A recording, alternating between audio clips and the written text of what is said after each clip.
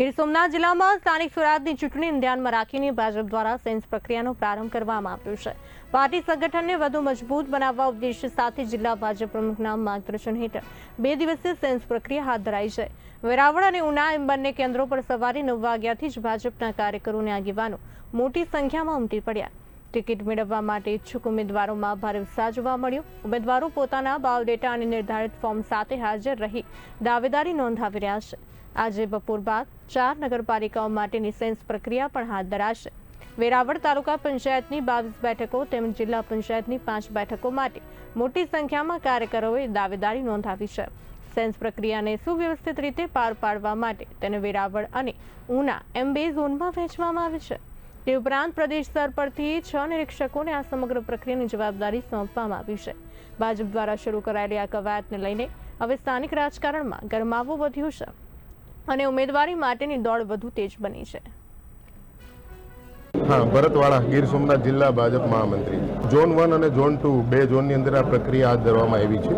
Zone 1 ની અંદર અહીં વેરાવળ મુકામે હોટલ દક્ષમાં તાલાલા, વેરાવળ અને સૂત્રાપાડા, તાલાલા તાલુકા પંચાયત, વેરાવળ તાલુકા પંચાયત, સૂત્રાપાડા નગરપાલિકા, વેરાવળ નગરપાલિકા અને તાલાલા નગરપાલિકા। ઝોન 2 વરસિંગપુર રોડ ઉના સોમનાથ બાગ મુકામે પ્રક્રિયા હાથ ધરવામાં આવેલી છે। ઝોન 2 ની અંદર કોડીનાર તાલુકા પંચાયતો, જિલ્લા પંચાયતો, ઉના તાલુકા પંચાયત, જિલ્લા પંચાયત તેમજ ગીરગઢડા તાલુકા પંચાયત, જિલ્લા પંચાયતની સેન્સ પ્રક્રિયા હાથ ધરવામાં આવેલ છે। ખૂબ જ ઉત્સાહ છે સોમનાથની પવિત્ર ભૂમિ ઉપર અને ભારતીય જનતા પાર્ટી સંપૂર્ણ જીત હાંસલ કરશે એવો મને વિશ્વાસ છે। નમસ્કાર, ડૉક્ટર સંજય પવાર, ગીર સોમનાથ જિલ્લા ભાજપ અધ્યક્ષ।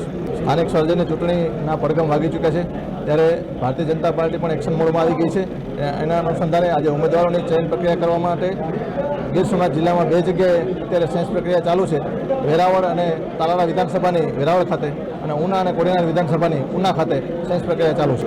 4 નગરપાલિકા, 6 તાલુકા પંચાયત અને 1 જિલ્લા પંચાયતની ચૂંટણીના ઉમેદવારોનું અત્યારે સિલેક્શન ચાલુ છે। આજ અને કાલ 2 દિવસમાં 1લી અને 2જી તારીખમાં બધી જે તાલુકા પંચાયત, જિલ્લા પંચાયત અને નગરપાલિકા છે એની ઉમેદવારોની ચૂંટણી ચયન પ્રક્રિયા પૂરી કરવાની છે। નિરીક્ષકો તરીકે પ્રદેશમાંથી મૂકેલા છે। બંને જગ્યાએ 3 નિરીક્ષકો બહારથી આવ્યા છે અને એ જ ઉમેદવારોને સાંભળી અને પછી એની પેનલ બનાવીને આગળનું ડિસિઝન લેશે પ્રદેશમાં જઈને।